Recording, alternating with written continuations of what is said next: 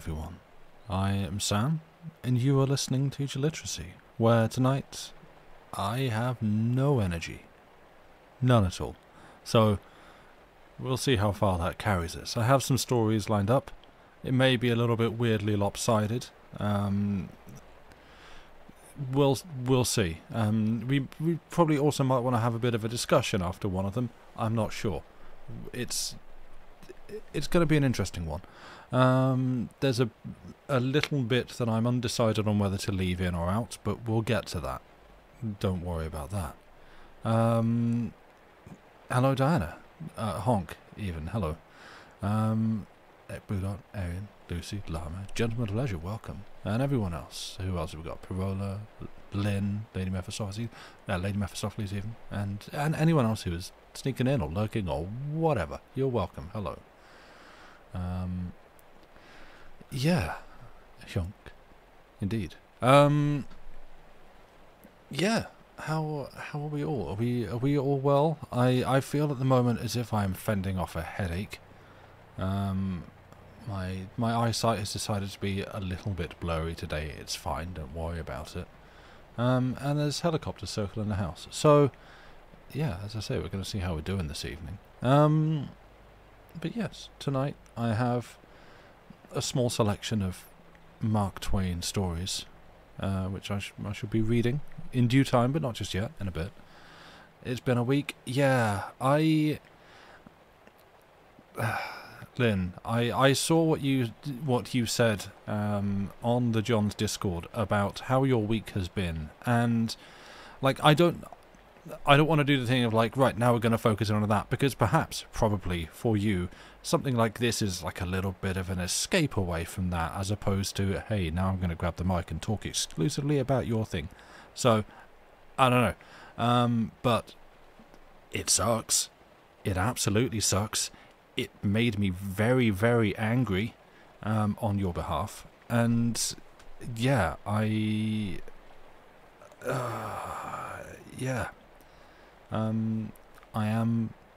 am sorry. It sucks. I mean, it doesn't really need to be said that the treatment of the disabled in this country and the way that benefits are afforded to people and basically used as a carrot to keep people on the straight and narrow, and if you have too much fun or if you do too much, then we shall punish you for that instead. Forgetting about it for now, because all you can do to stay sane, absolutely. We shall not focus in on that then. But yeah, I'm sorry. It sucks.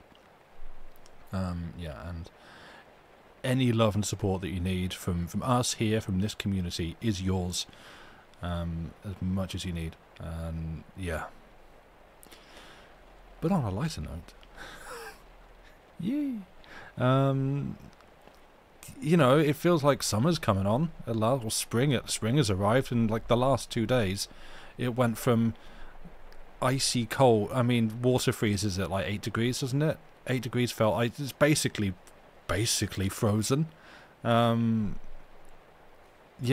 it's like going from wrapping up and actually literally the heating coming on to, in the last 2 days, ooh, I can step outside in a t-shirt and it's nice. Important info for people who like burns or burbs. First nice day of the year. Yeah. Oh, I mean, yeah. Yesterday. Like, cause no, hang on, cause there was there was specifically a Wednesday, I think about 2 weeks ago, when I went to take the bins out. And because, you know, that's in the evening when the sun's going down and it's getting a bit dark, and it's, you know, the day's getting on, and it's not very pleasant through the winter when it's cold, and you notice the cold at that time. And I was taking the bins down and I was like, oh, this is actually nice. This is borderline pleasant. So that was nice, and that was like a little bit of a false prelude to summer, because like, oh, you know, spring and summer's coming along, yeah, you're gonna look forward to that, yeah, hey, guess what, cold weather, boom, opens the freezer, get in. And it was miserable again for a bit, but again, last couple of days, it's actually been nice. It's been pleasant. It's been enjoyable. I'm I'm not wearing a jumper. Yesterday was, I think, my first time not wearing a jumper. Just a t-shirt. Probably for about 4 or 5 months. Maybe? I don't know. Possibly longer, maybe even 6. I don't know. What is time? Yeah. Oh yeah, you've got long-tailed tits in the nest garden, or nest in the garden. Yeah, Lucy's been talking about the birds. Very excited. Sort of like a cat up at the window, just chattering away. Yep. Speaking of, Joey is out of the room at the moment, so he will interrupt when he appears later. He bought some now, so they're going to try and make some burp houses, Perilla. Nice. You're not a cat? Well, no, you don't try and eat them, I'll give you that. But you are as fascinated by birds as cats are. So, you know, maybe there's something there. What? I'm going to let you two fight that one out. Right. Oh, I've sat and talked for a little bit. Let's stick a link. Ooh. You see that where... I don't know what window is currently active, but I just pressed enter on something and nothing happened, so I think I didn't break anything. But that fear when you press a button, specifically when you press enter to input something and it doesn't go where you think it went, and then you're like, oh, what message have I just sent into someone else's Discord window or Twitch chat? And I think I got away with it, but there is... Will it let me pin it? It does. No, no, unable to pin. You click at the same time as me every time, Lucy, and it makes me think I have done it. No, Discord, Twitch. This is Twitch. Still not letting me pin things. Interesting. Well, this is a fun bug, isn't it?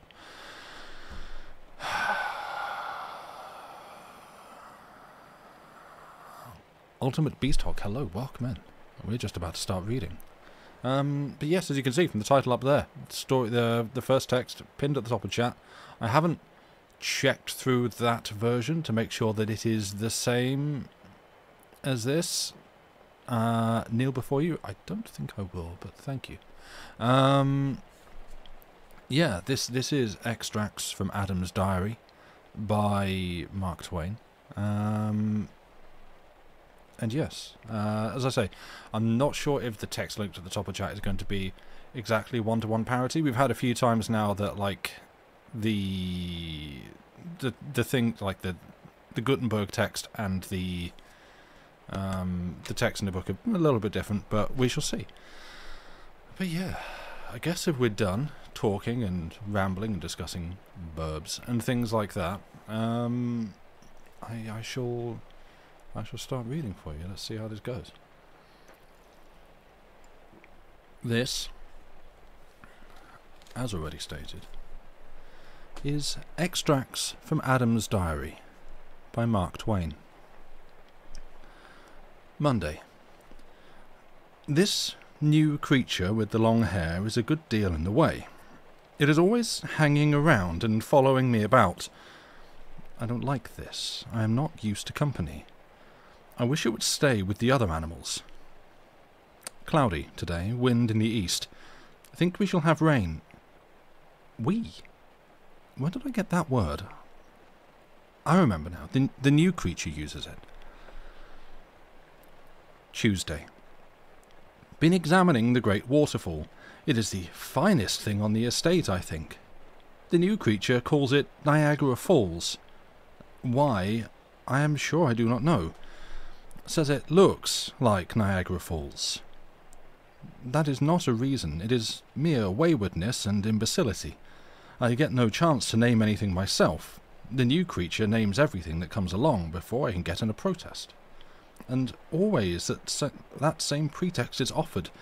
It looks like the thing. There is the dodo, for instance. Says the moment one looks at it, one sees at a glance that it looks like a dodo. We'll have to keep that name, no doubt. It wearies me to fret about it, and it does no good anyway. Dodo. It looks no more like a dodo than I do. Wednesday. built me a shelter against the rain, but could not have it to myself in peace. The new creature intruded.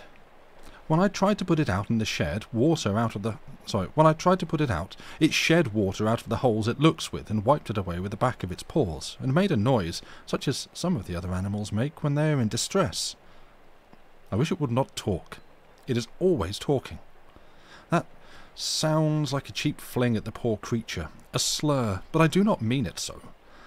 I have never heard the human voice before, and any new and strange sound intruding itself here upon the solemn hush of these dreaming solitudes offends my ear and seems a false note. And this new sound is so close to me.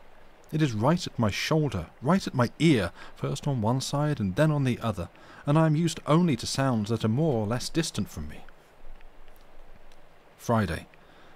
The naming goes recklessly on, in spite of anything I can do. I had a very good name for the estate, and it was musical and pretty. Garden of Eden. Privately, I continue to call it that, but not any longer publicly. The new creature says it is all woods and rocks and scenery, and therefore has no resemblance to a garden. Says it looks like a park, and does not look like anything but a park.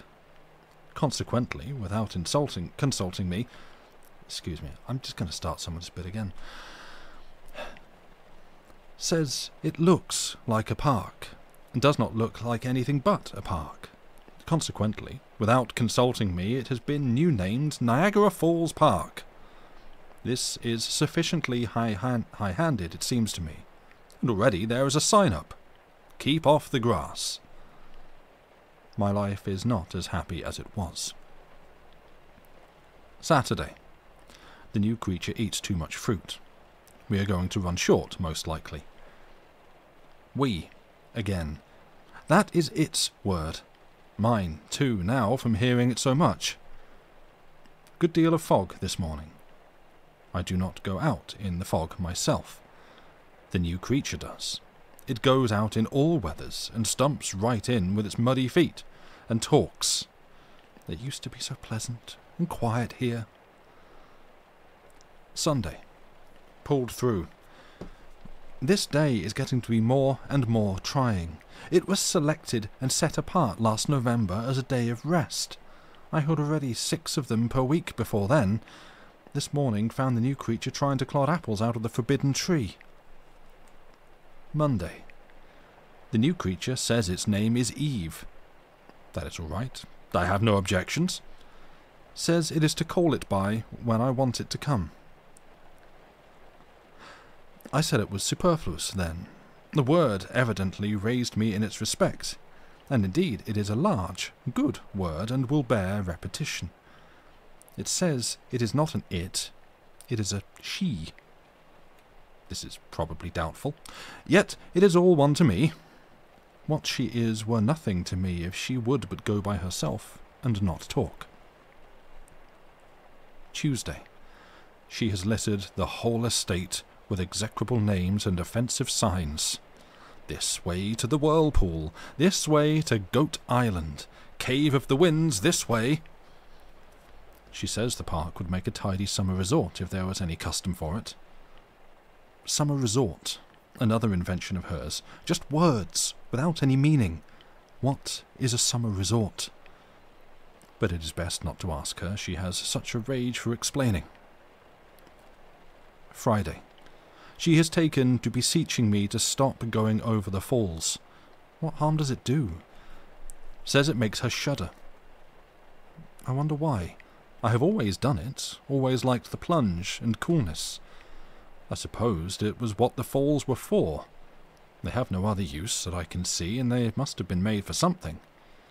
She says they were only made for scenery, like the rhinoceros and the mastodon. I went over the falls in a barrel. Not satisfactory to her. Went over in a tub. Still not satisfactory. Swam the whirlpool and the rapids in a fig-leaf suit. It got much damaged. Hence tedious complaints about my extravagance. I am too much hampered here. What I need is a change of scene. Saturday. I escaped last Tuesday night, and travelled 2 days, and built me another shelter in a secluded place, and obliterated my tracks as well as I could. But she hunted me out by means of a beast which she has tamed, and calls a wolf, and came making that pitiful noise again, and shedding that water out of the places she looks with. I was obliged to return with her, but will presently emigrate again when occasion offers. She engages herself in many foolish things, among others to study out why the animals called lions and tigers live on grass and flowers, when, as she says, the sort of teeth they wear would indicate that they were intended to eat each other. This is foolish, because to do that would be to kill each other, and that would introduce what, as I understand it, is called death. And death, as I have been told, has not yet entered the park, which is a pity on some accounts. Joey wishes to come in 1 second.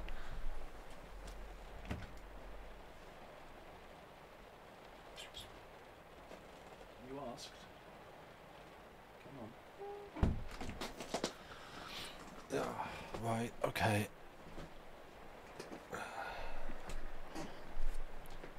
I said we'd talk about this one afterwards. Sunday. Pulled through. Monday. I believe I see what the week is for. It is to give time to rest up from the weariness of Sunday. It seems a good idea. She has been climbing that tree again. Clodded her out of it. She said nobody was looking. Seems to consider that a sufficient justification for chancing any dangerous thing.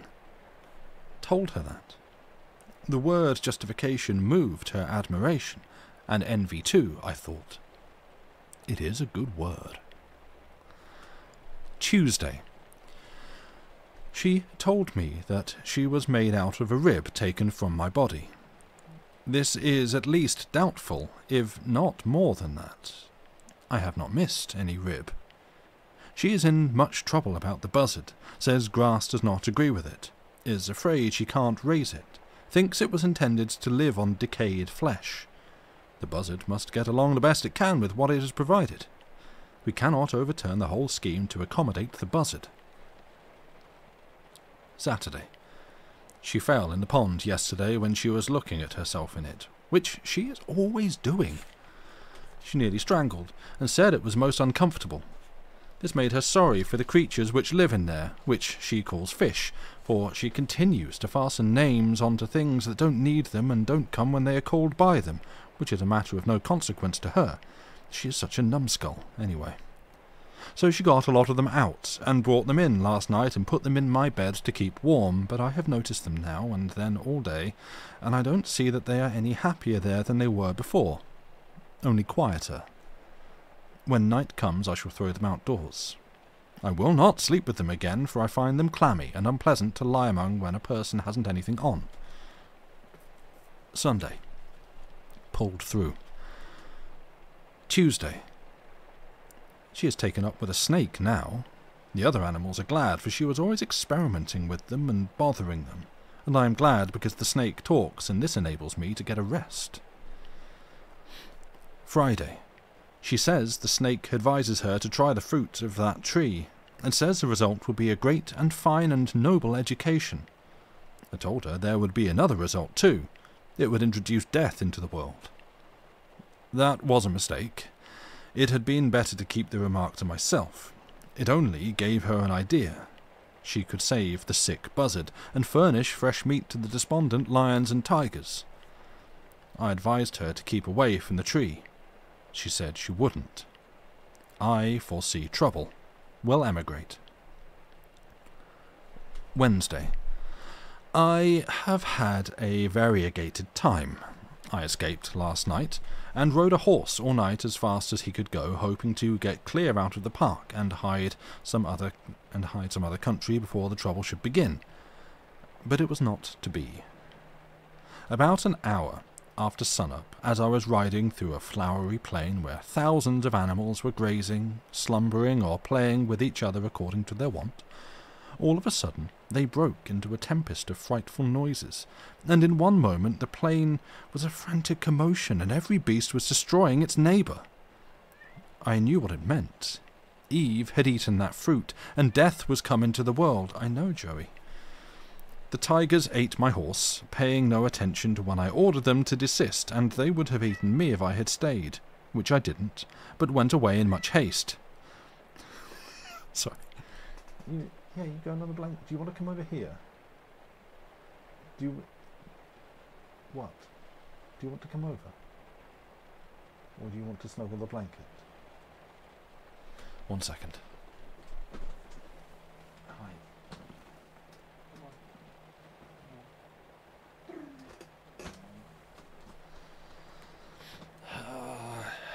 Yes, cats were also there. Do not worry. Yes, let's read about you. Right, here we are. For those of you that don't know, this is Joey, my cat. He likes to also contribute. The tigers ate my horse, paying no attention when I ordered them to desist, and they would have eaten me if I had stayed, which I didn't, but went away in much haste. I found this place, outside the park, and was fairly comfortable for a few days, but she has found me out. Found me out, and has named the place Tonawanda. Says it looks like that. In fact, I was not sorry she came, for there are but meagre pickings here, and she brought some of those apples. I was obliged to eat them, I was so hungry. It was against my principles, but I find that principles have no real force except when one is well fed.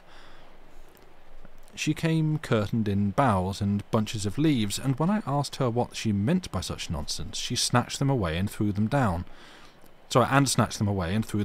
She tittered and blushed.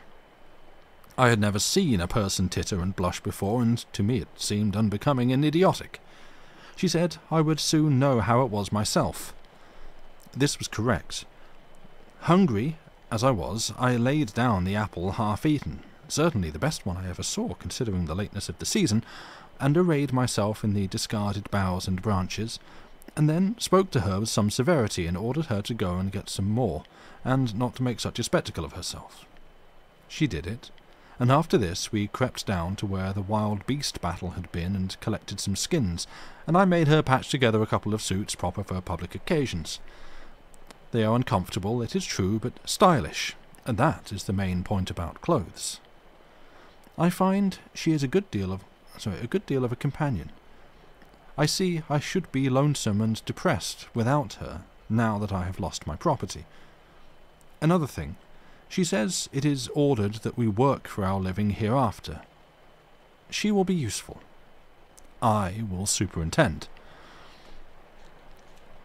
10 days later.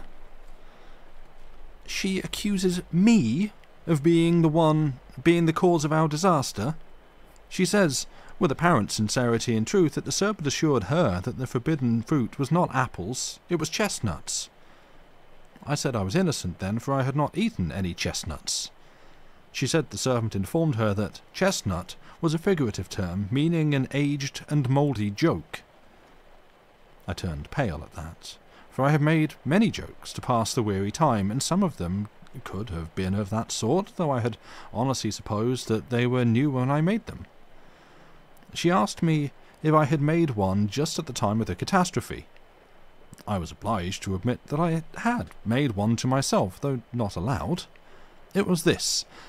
I was thinking about the falls, and I said to myself, how wonderful it is to see that vast body of water tumble down there. Then, in an instant, a bright thought flashed into my head, and I let it fly, saying it would be a deal more wonderful to see it tumble up there. And I was just about to kill myself with laughing at it when all nature broke loose in war and death, and I had to flee for my life. "There," she said with triumph, "that is just it. The serpent mentioned the very jest and called it the first chestnut, and said it was coeval with the creation. Alas, I am indeed to blame. Would that I were not witty. Oh, that I had never had that radiant thought." Next year. We have named it Cain. She caught it while I was up country trapping on the north shore of an Erie. Caught it in the timber a couple of miles from our dugouts, or it might have been 4, she isn't certain which. It resembles us in some ways, and may be a relation, That is what she thinks, but this is an error in my judgment. The difference in size warrants the conclusion that it is a different and new kind of animal.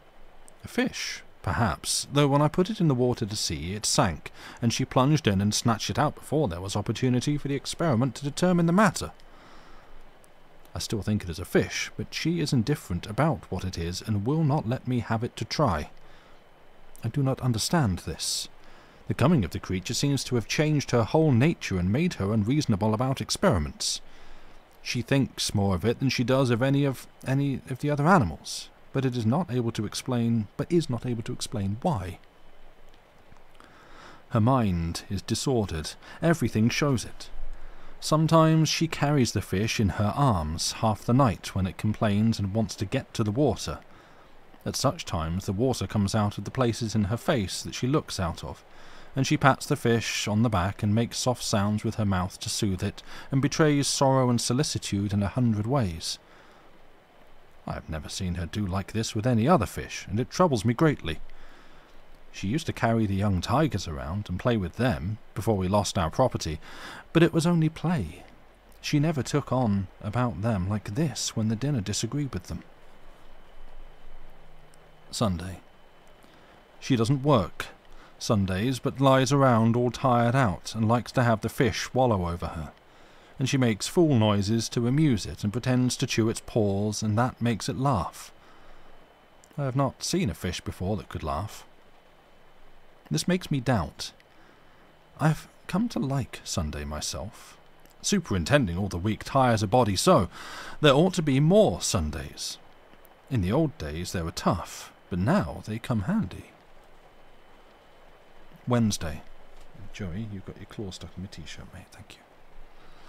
Wednesday. It isn't a fish. I cannot quite make out what it is. It makes curious devilish noises when not satisfied, and says goo goo when it is. It is not one of us, for it doesn't walk. It is not a bird, for it doesn't fly. It is not a frog, for it doesn't hop. It is not a snake, for it doesn't crawl. I feel sure it is not a fish, though I cannot get a chance to find out whether it can swim or not. It merely lies around, and mostly on its back with its feet up. I have not seen any other animal do that before. I said I believed it was an enigma, but she only admired the word without understanding it. In my judgment, it is either an enigma or some kind of a bug. If it dies, I will take it apart and see what its arrangements are. I never had a thing perplex me so. 3 months later. The perplexity augments instead of diminishing. I sleep but little. It has ceased from lying around and goes about on its 4 legs now. Yet it differs from the other 4-legged animals in that its front legs are unusually short. Consequently, this causes the main part of its person to stick up uncomfortably high in the air, and this is not attractive. It is built much as we are, but its method of travelling shows that it is not of our breed. The short front legs and long hind ones indicate that it is of the kangaroo family, but it is a marked variation of the species, since the true kangaroo hops, whereas this one never does. Still, it is a curious and interesting variety, and has not been catalogued before. As I discovered it, I have felt justified in securing the credit of the discovery by attaching my name to it, and hence have called it the Kangaroorum adamiensis. It must have been a young one when it came, for it has grown exceedingly since. It must be 5 times as big now as it was then, and when discontented it is able to make from 22 to 38 times the noise it made at first. Coercion does not modify this, but has the contrary effect. For this reason, I discontinued the system. She reconciles it by persuasion, and by giving it things which she has previously told me she wouldn't give it. As already observed, I was not at home when it first came, and she told me she found it in the woods. It seems odd that it should be the only one, yet it must be so, for I have worn myself out these many weeks trying to find another one to add to my collection, and for this one to play with. For surely then it would be quieter, and we could tame it more easily. But I find none, nor any vestige of any, and strangest of all, no tracks. It has to live on the ground. That's right, Joey. It has to live on the ground. It cannot help itself. Therefore, how does it get about without leaving a track? Yeah. I have set a dozen traps, but they do no good. I catch all small animals except that one. Animals that merely go into the trap out of curiosity, I think, to see what the milk is there for. They never drink it. 3 months later. The kangaroo still continues to grow, which is very strange and perplexing. I never knew one to be so long getting its growth. It has fur on its head now. Not like kangaroo fur, but exactly like our hair, except that it is much finer and softer, and instead of being black is red. I am like to lose my mind over the capricious and harassing developments of this unclassifiable zoological freak. If I could catch another one... But that is hopeless. It is a new variety, and the only sample. This is plain.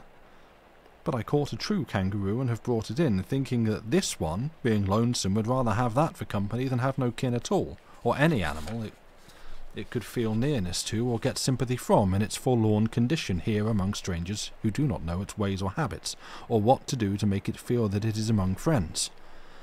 But it was a mistake. It went into such fits at the sight of the kangaroo that I was convinced it had never seen one before. I pity the poor noisy little animal, but there is nothing I can do to make it feel that it is among friends. Sorry. Yeah, but it was a mistake. Wait.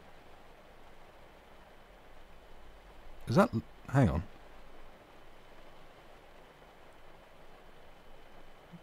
Sorry, I think my book might have just had like a repeated section. There was another bit elsewhere that did the same thing that I managed to catch, but I think I missed it this time.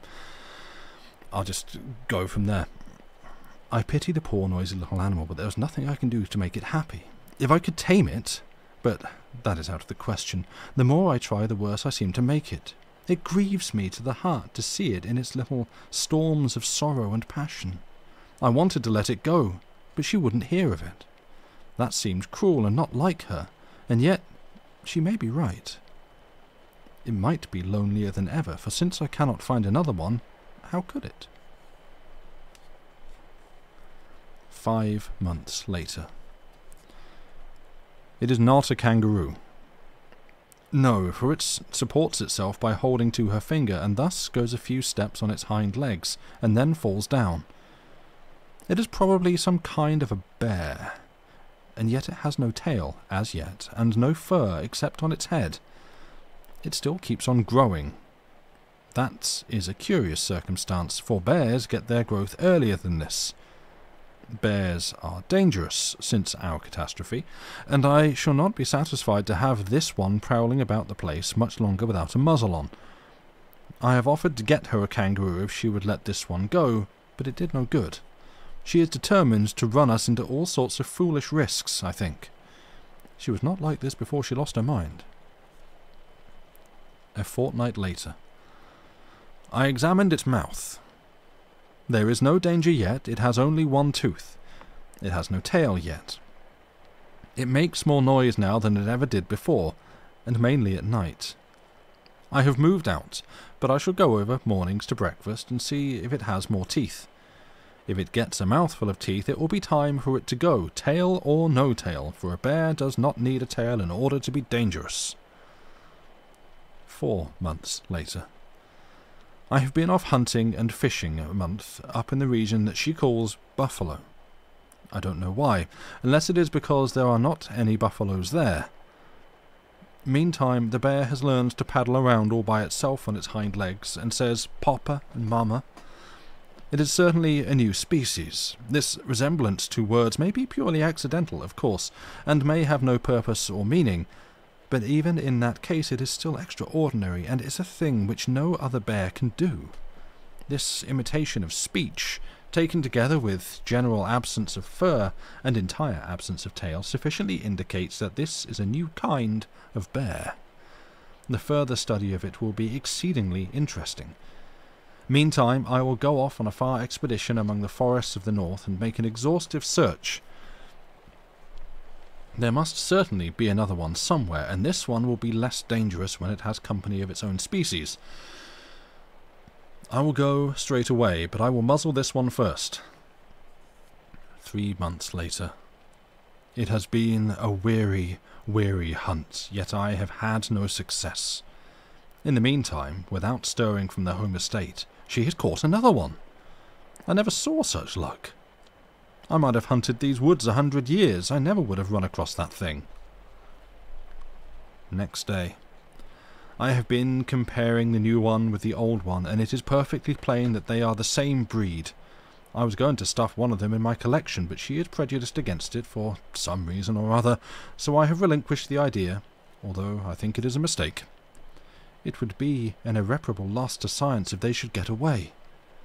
The old one is tamer than it was, and can laugh and talk like the parrot, having learned this, no doubt, from being with the parrot so much, and having the imitative faculty in a highly developed degree. I shall be astonished if it turns out to be a new kind of parrot, and yet I ought not to be astonished, for it has already been everything else it could think of since those first days when it was a fish. The new one is as ugly now as the old one was at first, has the same sulphur and raw meat complexion, and the same singular head without any fur on it. She calls it Abel. 10 years later. These are boys. We found it out long ago. It was their coming in that small, immature shape that puzzled us. We were not used to it. There are some girls now. Abel is a good boy, but if Cain had stayed a bear, it would have improved him. After all these years, I can see it was a mistake. I was mistaken about Eve in the beginning. It is better to live outside the garden with her than inside it without her. At first I thought she talked too much, but now I should be sorry to have that voice fall silent and pass out of my life. Blessed be the chestnut that brought us near together, and taught me to know the goodness of her heart and the sweetness of her spirit. The end. Hey, guess what's next?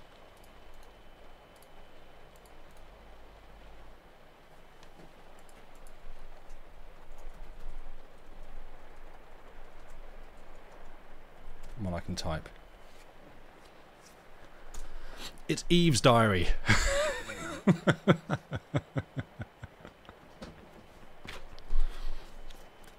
So, we'll discuss this one afterwards, I think. Either before, during, or after the break. The version I've linked is illustrated, so, you know, you get a bunch of arty illustrations. Right. It's Eve's diary. Translated from the original. Saturday. I am almost a whole day old now. I arrived yesterday. That is as it seems to me. And it must be so, for if there was a day before yesterday, I was not there when it happened, or I should remember it. It could be, of course, that it did happen, and that I was not noticing. Very well, I will be very watchful now, and if any days before yesterday's happen, I will make a note of it. It will be best to start right and not let the record get confused, for some instinct tells me that these details are going to be important to the historian some day. For I feel like an experiment. I feel exactly like an experiment. It would be impossible for a person to feel more like an experiment than I do, and so I am coming to feel convinced that that is what I am. An experiment. Just an experiment and nothing more. Then, if I am an experiment, am I the whole of it? No, I think not. I think the rest of it is part of it. I am the main part of it, but I think the rest of it has its share in the matter. Is my position assured, or do I have to watch it and take care of it? The latter, perhaps. Some instinct tells me that eternal vigilance is the price of supremacy. That is a good phrase, I think, for one so young. Everything looks better today than it did yesterday. In the rush of finishing up yesterday, the mountains were left in a ragged condition, and some of the plains were so cluttered with rubbish and remnants that the aspects were quite distressing. Noble and beautiful works of art should not be subjected to haste, and this majestic new world is indeed a most noble and beautiful work, and certainly marvellously near to being perfect, notwithstanding the shortness of the time. There are too many stars in some places and not enough in others. but that can be remedied presently, no doubt. The moon got loose last night and slid down and fell out of the scheme. A very great loss. It breaks my heart to think of it. There isn't another thing among the ornaments and decorations that is comparable to it for beauty and finish. It should have been fastened better. If we can only get it back again. But of course there is no telling where it went to, and besides, whoever gets it will hide it. I know it because I would do it myself. I believe I can be honest in all other matters, but I already begin to realize that the core and center of my nature is love of the beautiful, a passion for the beautiful, and that it would not be safe to trust me with a moon that belongs to another person, and that person didn't know I had it. I could give up a moon that I found in the daytime, because I should be afraid someone was looking. But if I found it in the dark, I am sure I should find some kind of excuse for not saying anything about it. For I do love moons. They are so pretty and so romantic. I wish we had 5 or 6. I would never go to bed. I should never get tired of lying on the moss bank and looking up at them. Stars are good, too. I wish I could get some to put in my hair. But I suppose I never can. You would be surprised to find how far off they are, for they do not look it. When they first showed, last night, I tried to knock some down with a pole, but it didn't reach, which astonished me. Then I tried clods till I was all tired out, but I never got one. It was because I am left-handed and cannot throw good. Even when I aimed at the one I wasn't after, I couldn't hit the other one, even though I did make some close shots, for I saw the black blot of the clod sail right into the midst of the golden clusters 40 or 50 times, just barely missing them, and if I could have held out a little longer, maybe I could have got one. So I cried a little, which was natural, I suppose, for one of my age, and after I was rested I got a basket and started for a place on the extreme rim of the circle where the stars were close to the ground, and I could get them with my hands, which would be better anyway, because I could gather them tenderly then and not break them. But it was farther than I thought, and at last I had to give up. I was so tired I couldn't drag my feet another step, and besides, they were sore and hurt me very much. I couldn't get back home. It was too far and turning cold, but I found some tigers and nestled in among them and was most adorably comfortable, and their breath was sweet and pleasant because they live on strawberries. I had never seen a tiger before, but I knew them in a minute by the stripes. If I could have one of those skins, it would make a lovely gown. Today I am getting better ideas about distances. I was so eager to get hold of every pretty thing that I giddily grabbed for it. Sometimes when it was too far off, and sometimes when it was but 6 inches away but seemed a foot. Alas, with thorns between. I learned a lesson. Also, I made an axiom out of all out of my own head. My very first one. The scratched experiment shuns the thorn. I think it is a very good one for one so young. I followed the other experiment around yesterday afternoon at a distance to see what it might be for, if I could, but I was not able to make out. I think it is a man.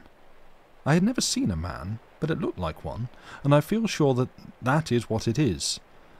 I realize that I feel more curiosity about it than about any of the other reptiles, if it is a reptile, and I suppose it is, for it has frowsy hair and blue eyes and looks like a reptile. It has no hips. It tapers like a carrot. When it stands, it spreads itself apart like a derrick. So I think it is a reptile, though it may be architecture. I was afraid of it at first, and started to run every time it turned around, for I thought it was going to chase me. But by and by I found it was only trying to get away. So after that I was not timid any more, but tracked it along several hours, about 20 yards behind, which made it nervous and unhappy. At last, it was a good deal worried and climbed a tree. I waited a good while, then gave up and went home. Today, the same thing over. I've got it up the tree again. Sunday. It is up there yet. Resting, apparently. But that is a subterfuge. Sunday isn't the day of rest. Saturday is appointed for that. It looks to me like a creature that is more interested in resting than in anything else. It would tire me to rest so much. It tires me just to sit around and watch the tree. I do wonder what it is for. I never see it do anything. They returned the moon last night, and I was so happy. I think it is very honest of them. It slid down and fell off again, but I was not distressed. There is no need to worry when one has that kind of neighbours. They will fetch it back. I wish I could do something to show my appreciation. I would like to send them some stars, for we have more than we can use. I mean I, not we, for I can see that the reptile cares nothing for such things. It has low tastes, and it is not kind. When I went there yesterday evening in the gloaming, it had crept down and was trying to catch the little speckled fishes that play in the pool, and I had to clod it to make it go up that tree again and let them alone. I wonder if that is what it is for. Hasn't it any heart? Hasn't it any compassion for those little creatures? Can it be that it was designed and manufactured for such ungentle work? It has the look of it. One of the clods took it back to the ear, and it used language. It gave me a thrill, for it was the first time I had ever heard speech except my own. I did not understand the words, but they seemed expressive. When I found it could talk, I felt a new interest in it, for I love to talk. I talk all day, and in my sleep too, and I am very interesting. But if I had another to talk to, I could be twice as interesting, and would never stop if desired. If this reptile is a man, it isn't an it, is it? That wouldn't be grammatical, would it? I think it would be he. I think so. In that case, one would pass it thus: nominative he, dative him, possessive hisn. Well, I will consider it a man and call it he until it turns out to be something else. This will be handier than having so many uncertainties. Next week, Sunday. All the week I tagged around after him and tried to get acquainted. I had to do the talking because he was shy, but I didn't mind it. He seemed pleased to have me around, and I used the sociable we a good deal, because it seems to flatter him to be included. Wednesday. We are getting along very well indeed now, and getting better and better acquainted. 1 second. And I'm back. He does not try to avoid me any more, which is a good sign, and shows that he likes to have me with him. That pleases me, and I study to be useful to him in every way I can, so as to increase his regard. During the last day or two I have taken all the work of naming things off his hands, and this has been a great relief to him, for he has not gift in that line, and is evidently very grateful. He can't think of a rational name to save him, but I do not let him see that I am aware of his defect. Whenever a new creature comes along, I name it before he has time to expose himself by an awkward silence. In this way I have saved him many embarrassments. I have no defect like his. The minute I set eyes on an animal, I know what it is. I don't have to reflect a moment. The right name comes out instantly, just as if it were an inspiration, as no doubt it is, for I am sure it wasn't in me half a minute before. I seem to know, just by the shape of the creature and the way it acts, what animal it is. When the dodo came along, he thought it was a wildcat. I saw it in his eye. But I saved him, and I was careful not to do it in a way that could hurt his pride. I just spoke up in a quite natural way of pleased surprise, and not as if I was dreaming of conveying information, and said, "Well, I do declare, there isn't the dodo." I explained, without seeming to be explaining, how I knew it for a dodo, and although I thought maybe he was a little piqued that I knew the creature when he didn't, it was quite evident that he admired me. That was very agreeable, and I thought of it more than once with gratification before I slept. How little a thing can make us happy when we feel that we have earned it. Thursday. My first sorrow. Yesterday he avoided me and seems to wish I would not talk to him. I could not believe it, and thought there was some mistake, for I loved to be with him and loved to hear him talk, and so how could it be that he could feel unkind towards me when I had not done anything? But at last it seemed true, so I went away and sat lonely in the place where I first saw him the morning that we were made, and I did not know what he was and was indifferent about. And I did not know what he was and was indifferent about him. But now it was a mournful place, and every little thing spoke of him, and my heart was very sore. I did not know why very clearly, for it was a new feeling. I had not experienced it before, and it was all a mystery, and I could not make it out.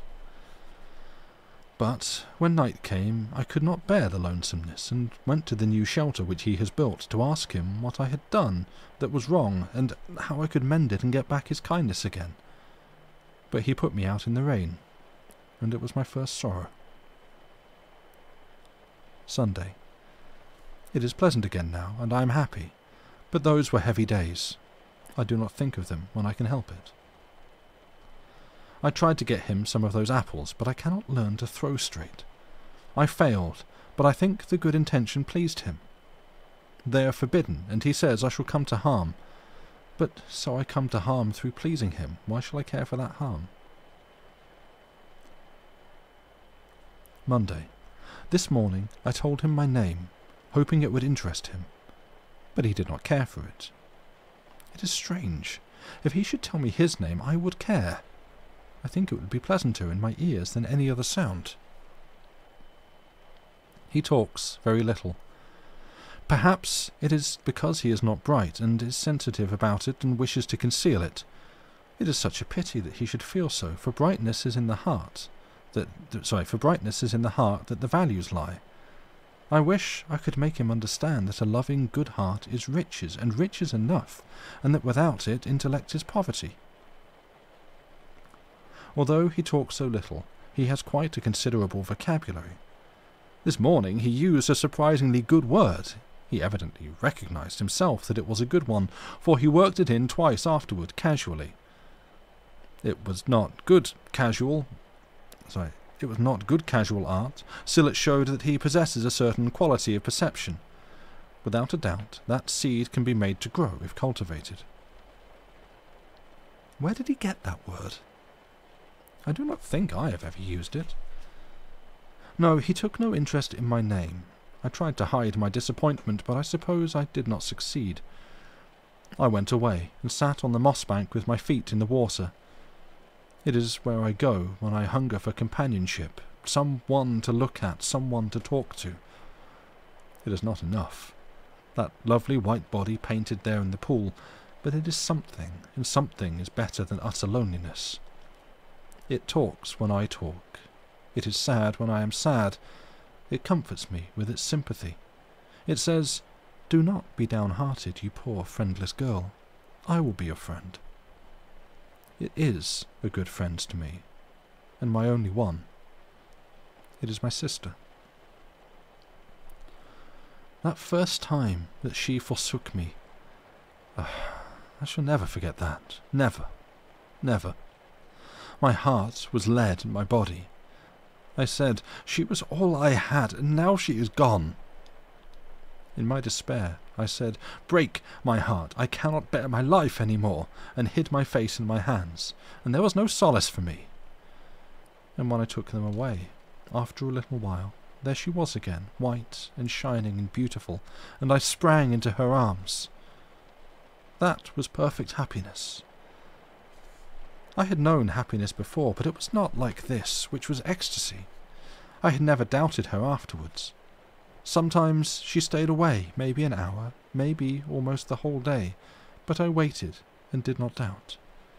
I said, "She is busy, or she is gone a journey, but she will come." And it was so, she always did. At night she would not come if it was dark, for she was a timid little thing, but if there was a moon she would come. I am not afraid of the dark, but she is younger than I am. She was born after I was. Many and many are the visits I have paid her.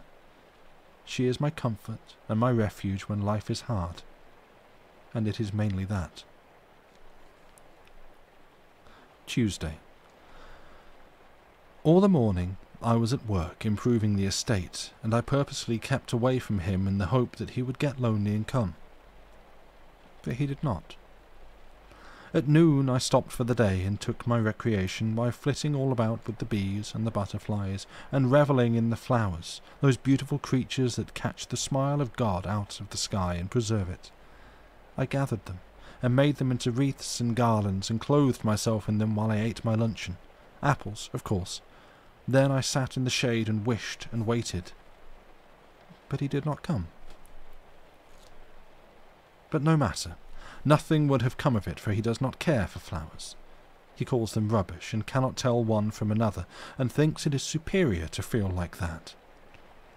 He does not care for me. He does not care for flowers. He does not care for the painted sky at eventide.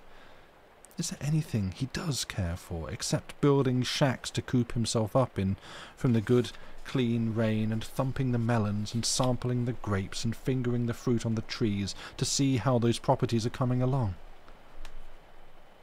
I laid a dry stick on the ground and tried to bore a hole in it with another one, in order to carry out a scheme that I had, and soon I got an awful fright. A thin, transparent, bluish film rose out of the hole, and I dropped everything and ran.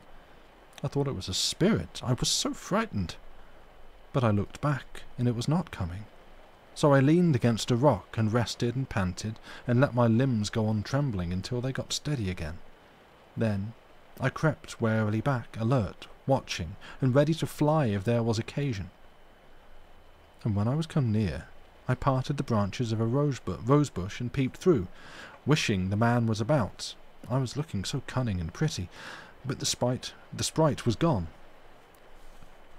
I went there, and there was a pinch of delicate pink dust in the hole. I put my finger in to feel it, and said, "Ouch!" and took it out again. It was a cruel pain. I put my finger in my mouth, and by standing first on one foot and then on the other, and grunting, I presently eased my misery. Then I was full of interest, and began to examine. I was curious to know what the pink dust was. Suddenly the name of it occurred to me, though I had never heard of it before. It was fire. I was as certain of it as a person could be of anything in the world, so without hesitation I named it that. Fire. I had created something that didn't exist before. I had added a new thing to this world's uncountable properties. I realized this and was proud of my achievement, and was going to run and find him and tell him about it, thinking to raise myself in his esteem. But I reflected and did not do it. No, he would not care for it. He would ask what it was good for. And what could I answer? For it was not good for something, but only beautiful, merely beautiful. So I sighed and did not go. For it wasn't good for anything. It could not build a shack. It could not improve melons. It could not hurry a fruit crop. It was useless. It was a foolishness and a vanity. He would despise it and say cutting words, but to me it was not despicable. I said, "Oh, you, fire, I love you, you dainty pink creature, for you are beautiful, and that is enough," and was going to gather it to my breast, but refrained. Then I made another maxim out of my own head, though it was so nearly like the first one that I was afraid it was only a plagiarism. The burnt experiment shuns the fire. I wrought again, and when I had made a good deal of fire dust, I emptied it into a handful of dry brown grass, intending to carry it home and keep it always and play with it. But the wind struck it and sprayed it up and spat out at me fiercely, and I dropped it and ran. When I looked back, the blue spirit was towering up and stretching and rolling away like a cloud, and instantly I thought of the name of it, smoke, though upon my word I had never heard of smoke before. Soon brilliant yellow and red flames shot up through the smoke, and I named them in an instant, flares in an instant. Flames! And I was right, too, though these were the very first flames that had ever been in the world. They climbed the trees, they flashed splendidly in and out of the vast and increasing volume of tumbling smoke, and I had to clap my hands and laugh and dance in my rapture. It was so new and strange and so wonderful and so beautiful. He came running and stopped and gazed and said not a word for many minutes. Then he asked what it was. It was too bad that he should ask such a direct question. I had to answer it, of course, and I did. I said it was fire. If it annoyed him that I should know, and he must ask, that was not my fault. I had no desire to annoy him. After a pause, he asked, "How did it come?" Another direct question, and it also had to have a direct answer. I made it. The fire was travelling farther and farther off. He went to the edge of the burned place and stood looking down and said, "What are these?" "Fire coals." He picked up one to examine it, but changed his mind and put it down again. Then he went away. Nothing interests him. But I was interested. There were ashes, grey and soft and delicate and pretty. I knew what they were at once. And the embers, I knew the embers too. I found my apples and raked them out, and was glad, for I am very young and my appetite is active. But I was disappointed. They were all burst open and spoiled. Spoiled, apparently, but it was not so. They were better than the raw ones. Fire is beautiful. Some day it will be useful, I think. Friday. I saw him again, for a moment, last Monday at nightfall, but only for a moment. I was hoping he would praise me for trying to improve the estate, for I had meant well and had worked hard. But he was not pleased, and turned away and left me. He was also displeased on another account.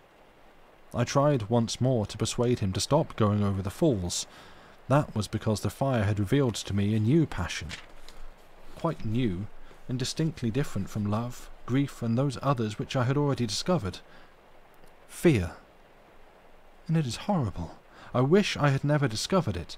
It gives me dark moments. It spoils my happiness. It makes me shiver and tremble and shudder.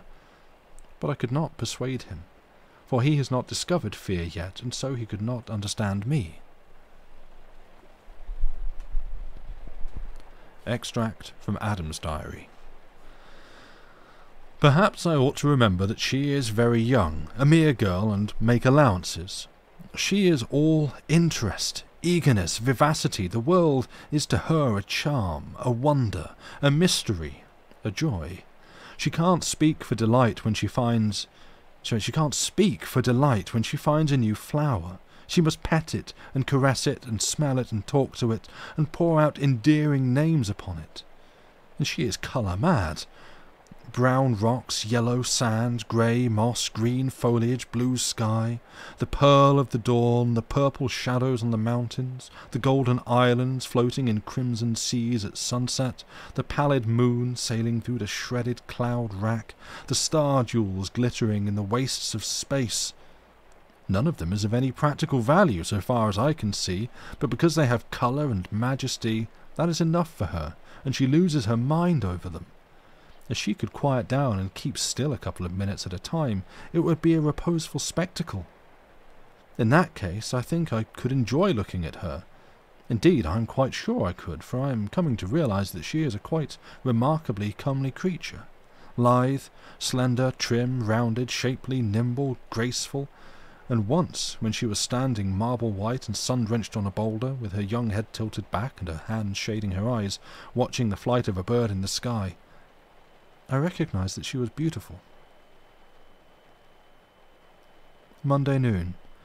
If there is anything on the planet that she is not interested in, it is not in my list. There are animals that I am indifferent to, but it is not so with her. She has no discrimination. She takes to all of them. She thinks they are all treasures. Every new one is welcome. When the mighty Brontosaurus came striding into camp, she regarded it as an acquisition. I considered it a calamity. That is a good sample of the lack of harmony that prevails in our views of things. She wanted to domesticate it. I wanted to make it a present of the homestead and move out. She believed it could be tamed by kind treatment and would be a good pet. I said a pet 21 feet high and 84 feet long would be no proper thing to have about the place because, even with the best intentions and without meaning any harm, it could sit down on the house and mash it, for anyone could see by the look of its eye that it was absent-minded. Still, her heart was set upon having that monster, and she couldn't give it up. She thought we could start a dairy with it, and wanted me to help her milk it. But I wouldn't. It was too risky. The sex wasn't right, and we hadn't any ladder anyway. Then she wanted to ride it and look at the scenery. 30 or 40 feet of its tail was lying on the ground like a fallen tree, and she thought she could climb it, but she was mistaken. When she got to the steep place it was too slick, and down she came, and would have hurt herself but for me. Was she satisfied now? No. Nothing ever satisfies her but demonstration. Untested theories are not in her line, and she won't have them. It is the right spirit, I concede it. It attracts me. I feel the influence of it. If I were with her more, I think I should take it up myself. Well, she had one theory remaining about this colossus. She thought that if we could tame him and make him friendly, we could stand him in the river and use him for a bridge. It turned out that he was already plenty tame enough, at least as far as she was concerned, so she tried her theory, but it failed every time. Every time she got him properly placed in the river and went ashore to cross over him, he came out and followed her around like a pet mountain, like the other animals. They all do that. Friday. Tuesday, Wednesday, Thursday, and today, all without seeing him. It is a long time to be alone. Still, it is better to be alone than unwelcome. I had to have company. I was made for it, I think. So I made friends with the animals. They are just charming, and they have the kindest disposition and the politest ways. They never look sour. They never let you feel that you are intruding. They smile at you and wag their tail, if they've got one, and they are always ready for a romp or an excursion or anything you want to propose. I think they are perfect gentlemen. All these days we have had such good times, and it hasn't been lonesome for me, ever. Lonesome? No, I should say not. Why, there's always a swarm of them around, sometimes as much as 4 or 5 acres. You can't count them. And when you stand on a rock in the midst and look out over the furry expanse, it is so mottled and splashed and gay with colour and frisking sheen and sun-flash, and so rippled with stripes, that you might think it was a lake. Only you know it isn't. And there's storms of sociable birds and hurricanes of whirring wings, and when the sun strikes all that feathery commotion, you have a blazing up of all the colours you can think of, enough to put your eyes out. We have made long excursions, and I have seen a great deal of the world, almost all of it, I think. And so I am the first traveller, and the only one. When we are on the march, it is an imposing sight. There's nothing like it anywhere. For comfort, I ride a tiger or a leopard because it is soft and has a round back that fits me, and because they are such pretty animals. But for long distance or for scenery, I ride the elephant. He hoists me with his trunk, but I can get off by myself. When we are ready to camp, he sits and I slide down the back way. The birds and animals are all friendly to each other, and there are no disputes about anything. They all talk, and they all talk to me, but it must be a foreign language, for I cannot make out a word they say. Yet they often understand me when I talk back, particularly the dog and the elephant. It makes me ashamed. It shows that they are brighter than I am, and are therefore my superiors. It annoys me, for I want to be the principal experiment myself, and I intend to be too. I have learned a number of things, and am educated now, but I wasn't at first. I was ignorant at first. At first it used to vex me, because, with all my watching, I was never smart enough to be around when the water was running uphill, but now I do not mind it. I have experimented and experimented until now. Until now, I know it never does run uphill except in the dark. I know it does in the dark because the pool never goes dry, which it would, of course, if the water didn't come back in the night. It is best to prove things by actual experiment. Then you know. Whereas if you depend on guessing and supposing and conjecturing, you will never get educated. Some things you can't find out, but you will never know you can't by guessing and supposing.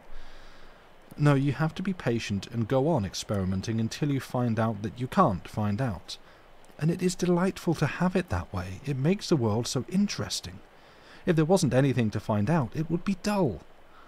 Even trying to find out and not finding out is just as interesting as trying to find out and finding out. And I don't know, but more so. The secret of the water was a treasure until I got it. Then the excitement all went away, and I recognized a sense of loss. By experiment, I know that wood swims, and dry leaves and feathers and plenty of other things. Therefore, by all that cumulative evidence, you know that a rock will swim, but you have to put up with simply knowing it, for there isn't any way to prove it, up to now. But I shall find a way. Then that excitement will go. Such things make me sad, because by and by, when I have found out everything, there won't be any more excitements, and I do love excitement so. The other night I couldn't sleep for thinking about it. At first I couldn't make out what I was made for, but now I think it was to search out the secrets of this wonderful world, and be happy, and thank the giver of it all for devising it. I think there are many things to learn yet. I hope so. And by economizing and not hurrying too fast, I think they will last weeks and weeks. I hope so. When you cast up a feather, it sails away on the air and goes out of sight. Then you throw up a clod, and it doesn't. It comes down every time. I have tried it, and it is always so. I wonder why it is. Of course, it doesn't come down, but why should it seem to? I suppose it is an optical illusion. I mean, one of them is. I don't know which one. It may be the feather, it may be the clod.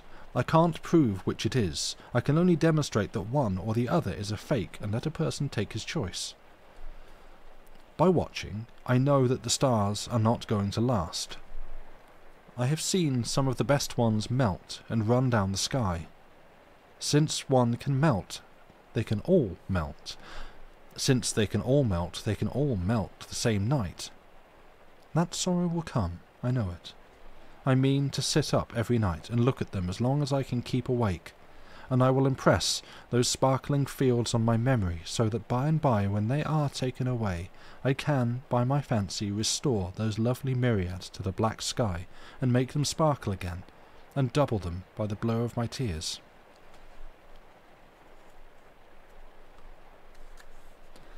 After the fall. When I look back, the garden is a dream to me. It was beautiful, surpassingly beautiful, enchantingly beautiful. And now it is lost, and I shall not see it any more.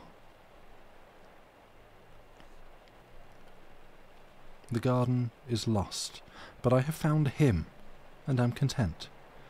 He loves me as well as he can. I love him with all the strength of my passionate nature, and this, I think, is proper to my youth and sex. If I ask myself why I love him, I find I do not know, and do not really much care to know. So I suppose that this kind of love is not a product of reasoning and statistics, like one's love for other reptiles and animals. I think that this must be so. I love certain birds because of their song, but I do not love Adam on account of his singing. No, it is not that. The more he sings, the more I do not get reconciled to it. Yet I asked him to sing, because I wish to learn to like everything he is interested in. I am sure I can learn, because at first I could not stand it, but now I can. It sours the milk, but it doesn't matter. I can get used to that kind of milk. It is not on account of his brightness that I love him. No, it is not that. He is not to blame for his brightness, such as it is, for he did not make it himself. He is as God made him, and that is sufficient. There was a wise purpose in it, that I know. In time it will develop, though I think it will not be sudden, and besides there is no hurry. He is well enough, just as he is. It is not on account of his gracious and considerate ways and his delicacy that I love him. No, he has lacks in these regards, but he is well enough just so, and is improving. It is not on account of his industry that I love him. No, it is not that. I think he has it in him, and I do not know why he conceals it from me. It is my only pain. Otherwise he is frank and open with me now. I am sure he keeps nothing from me but this. It grieves me that he should have a secret from me, and sometimes it spoils my sleep thinking of it, but I will put it out of my mind. It shall not trouble my happiness, which is otherwise full to overflowing. It is not on account of his education that I love him. No, it is not that. He is self-educated, and does really know a multitude of things, but they are not so. It is not on account of his chivalry that I love him. No, it is not that. He told on me, but I do not blame him. It is a peculiarity of sex, I think, that he did not make his sex. Of course, I would not have told on him, but I would have perished first. But that is a peculiarity of sex too, and I do not take credit for it, for I did not make my sex. Then why is it that I love him? Merely because he is masculine, I think. At bottom, he is good, and I love him for that, but I could love him without it. If he should beat me and abuse me, I should go on loving him. I know it. It is a matter of sex, I think. He is strong and handsome, and I love him for that, and I admire him and am proud of him, but I could love him without those qualities. If he were plain, I should love him. If he were a wreck, I should love him, and I would work for him and slave over him and pray for him and watch by his bedside until I died. Yes, I think I love him merely because he is mine and is masculine. There is no other reason, I suppose, and so I think it is, as I first said, that this kind of love is not a product of reasonings and statistics. It just comes. None knows whence, and cannot explain itself, and doesn't need to. It is what I think, but I am only a girl, and the first that has examined this matter, and it may turn out that in my ignorance and inexperience I have not got it right. 40 years later. It is my prayer, it is my longing that we may pass from this life together, a longing which shall never perish from the earth, but shall have place in the heart of every wife that loves, until the end of time, and it shall be called by my name. But if one of us must go first, it is my prayer that it shall be I, for he is strong and I am weak. I am not so necessary to him as he is to me. Life without him would not be life. How could I endure it? This prayer is also immortal, and will not cease from being offered up while my race continues. I am the first wife, and in the last wife I shall be repeated. At Eve's grave. Adam. Wheresoever she was, there was Eden. The end. Right. Something about the relationship is problematic. So, yeah, right. This, what I'm gonna do. Let's have a break. Let's sit with that for a few minutes, and then I think we'll have a chat about it after the break before we come back and read something else. Yeah, I'll send you off 5 minutes. See you back here in a bit. BRB.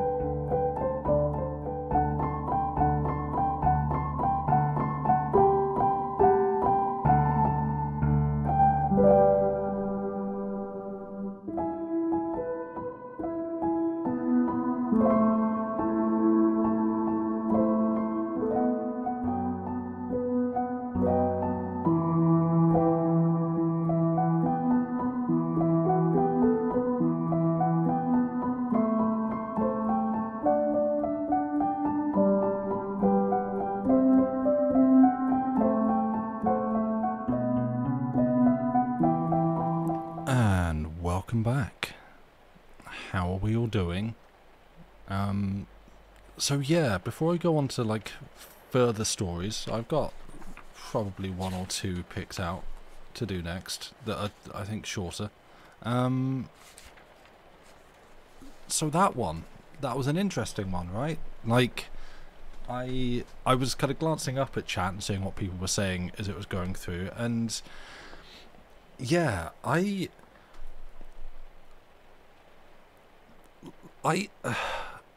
almost like, because I picked these out like the other day, kind of quickly skimming and sort of thought, yeah, these look like good ones. The skim mainly just to check that I'm not like gonna get to the end and find that suddenly it gets hella racist or something. But it's like, yeah, this looks fine. It's good. And then in reading it earlier today, was absolutely all fine and good with the way these characters are presented and done, until you get to that last bit with Eve talking about Adam and why she loves him, and like particularly the bit where she's like, I could love him without it. If he should beat me and abuse me, I should go on loving him. I know it. And that's a bit where I was like, what are we saying here? And like, the last line, the wheresoever she was, there was Eden. Great. And I do appreciate that, like, in terms of like the narrative of, rather than like, oh, Eve, you are responsible for the downfall of humanity, actually, like, it's kind of first introduced where she is the kind of the observant, scientific, analytical mind who's like, hey, why do all these animals have really sharp teeth if they're only eating fruit and berries? That's not right. And sort of from there establishing this narrative of actually these two people coming to realize that they love each other, and that their Garden of Eden is actually outside the Garden of Eden and with each other, and like that's actually really nice, and it's really sweet, and it's quite moving. But yeah, it does feel like a real hard shift where Eve just suddenly goes, I love this guy because he is manly and masculine, and because he's the only one around. And like, it's, yeah, I don't know. I really like it. I really liked these stories. I like it's after the fall. It is. Yeah, I don't know. I would be interested to read, I think, more learned, more studied, like, critical analysis of, like, for instance, this story that can perhaps put it in a wider context of the culture at the time, and from people who know more about Twain and his views and his lifestyle and stuff like that. Being after the fall, which you take as this is what happens when man's society says this is how you should be, like Eve naturally is more common. Yeah, I don't know, because that's the thing. It seems to be he seems to be setting up that, historically, biblically, the view is the fall is a bad thing. Mankind was given this garden of paradise by God, who said, hey, fill your boots, do whatever you like in this place, there's no harm will come to you, everything will be great and good, don't eat that tree, otherwise death will enter the garden and it'll be bad, and you'll have sinned, and sin will enter the world, and you'll go out you'll be kicked out of here. We'll put a flaming sword with an angel behind it at the door, and you have to go, and it'll be bad. And ultimately was seen as a bad thing.